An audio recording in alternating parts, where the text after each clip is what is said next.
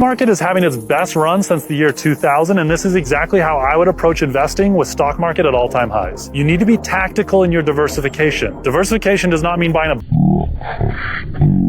it means in a bunch of assets as well. And I know that sounds scary, but an everyday person can do this. Stay with me. The first thing I would do is look at history during times like this. When the Fed is about to cut interest rates and we're at all-time highs in the stock market, there's certain assets that do really well. The first one is gold. Gold's up almost 50% in the last year. Insane to say that out loud, but this is not an anomaly. Anytime stocks are at all-time high, the Fed starts cutting interest rate, gold is going to run. Now, do I think gold will keep running? I'm not sure, but statistics and history would tell us that it is going to keep going up. Next thing is real estate. So many people are scared right now of real estate when I'm the exact opposite. When inflation starts running, rates start cutting, real estate almost always tends to go up. Is there ways that you can get more exposure to real estate? Can you buy a home? Can you get into a REIT, a real estate investment trust on the stock market? How can you get access to real estate before it starts to run? Number 3, I would seriously look at Bitcoin. I'm not telling you to put a lot in here, maybe 1 or 2% of your net worth, but if it can do what it says it's going to do, and if it truly is a hedge against inflation on monetary policy, it's a great place to put your money right now. Number 4, I would get my money inside of private markets. Most of you watching this don't even know what that is. Every one of you can invest in it. That's venture capital, private equity, and large-scale real estate. Everyday Americans can invest in the asset classes, they've just never been taught how. But with AI coming, making companies more efficient, and debt getting cheaper, the private markets are poised for a pretty good run the next couple of years. As you approach your portfolio, think about everything you can do. Please do not just put your money in a 401k and pray that it turns out.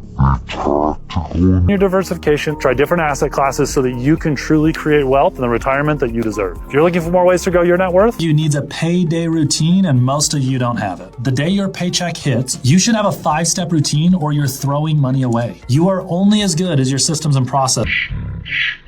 Don't wing it. Write this down. I promise you'll thank me later. Step 1, that paycheck needs to land inside of a checking account where you bank. I don't like big banks. You've seen my reviews on them. They're terrible. I prefer a credit union, but wherever you bank, your paycheck hits a checking account. Step 2, if you have any debt over an interest rate of 12%, that is the first place your money is going outside your monthly expenses. You'll notice we have not put money in a 401k. We have not put money in a high yield savings account. We have not done anything with our money because it is not smart to invest in your 401k if you have high interest debt. Take care of it. Not a single one of you should be paying credit card debt, yet I know over 60% of you are. Step 3, once that debt is gone, you are now doing your high yield savings account, making sure you have a buffer. Somewhere between 2 and 6 months buffer should hit inside a high yield savings account. Step 4, you now get to start putting money inside your 401k and your IRA. I've done videos on the 5 accounts and the order in which I would look at this. I will give you a little sneak peek though. Don't blindly put into your 401k unless you have a match.